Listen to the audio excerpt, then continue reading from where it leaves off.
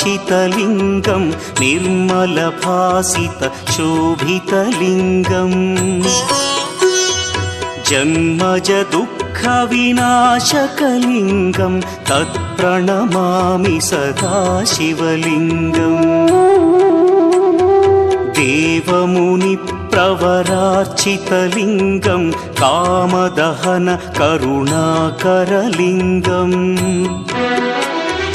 रावणदर्पविनाशकलिङ्गं तत्प्रणमामि सदा शिवलिङ्गम्